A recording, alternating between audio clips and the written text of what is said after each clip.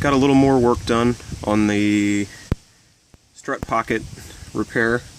I'm pretty much ready to cut at this point, so I got all my layout lines for my cut lines marked. Had to do a little cleaning on this mastic undercoating in order to get the marker to kind of stick to it, but not trimming a whole lot off of this piece. I'm going to try to leave as much there. As you can see here, the way that he cut that, I just translated those points over onto the existing part, and I'll cut it to fit that existing dimension there. I'm going to trim a little bit off of that, and then prune down the bottom of the apron here. One thing that I found to be hugely helpful, just in double checking and kind of as a sanity check, was this. They sell this as a beam compass, so you can adjust the point and slide it up and down here, and then it's just got a pencil on this end. It's about I don't know, I guess 12 inch reach or so on it, and I was able to get in after establishing again my datums, my reference points that I was going to use, and I ended up using these couple of holes on the side that I verified were matching, as well as some of the holes along the top of the rail here where the fender bolts to, which we know have to be the same between these parts for that fender to line up.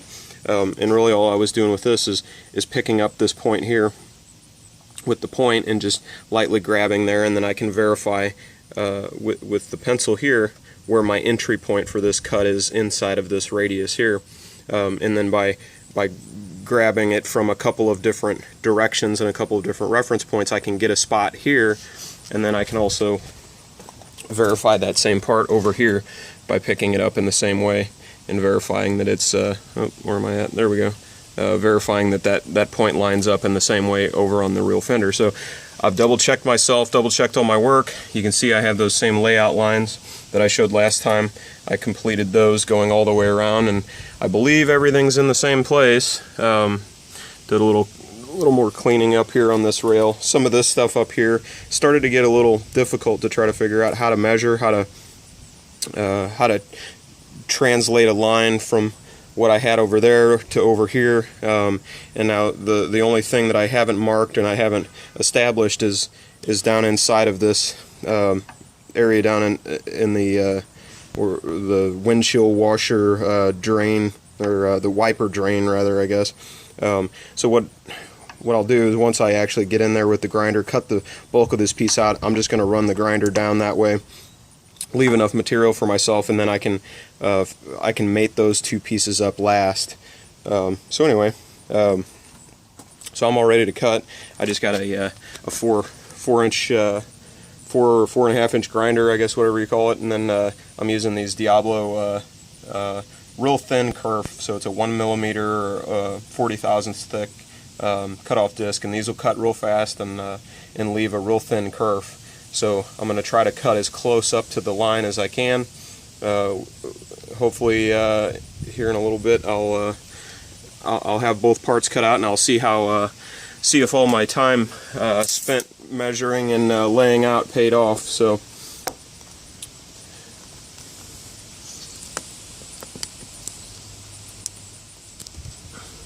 let's throw some sparks.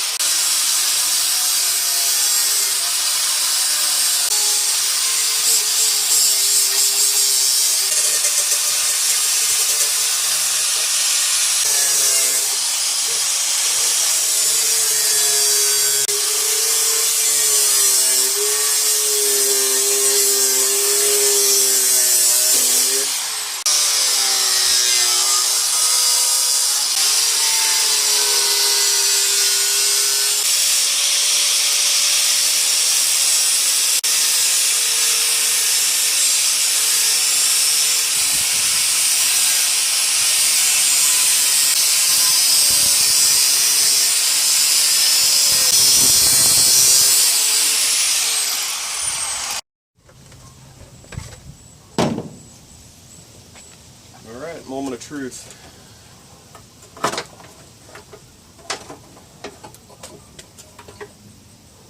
And there it is.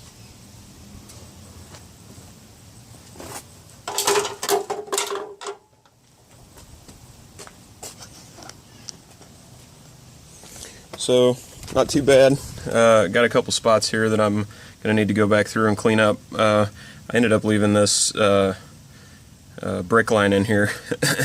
I wanted to take it out. I started spinning with the flare nut wrench on this fitting here, and I soaked it, and it still doesn't want to move, so I decided just to work around it for now. So a little cleanup to do. I'm going to go ahead and open up this hole here so I can get that wire back through there. Still need to kind of trim along the bottom here of this section here. The rest of it's cut, but then this lower part of this valance, I'm going to finish laying this out. Really, I didn't bother laying it out ahead of time because there's no way for me to get in there and really get a good cut down that line with the grinder anyway, so not a big deal. I can get in there now and I can clean it up, but all these cuts up in here look good. I think I kind of messed up maybe a little bit on this cut here as I was trying to kind of turn the blade or kind of torque the saw a little bit. That might need a little extra weld material to fill that one up, but should be good enough. Good enough for now. Anyway, pretty happy.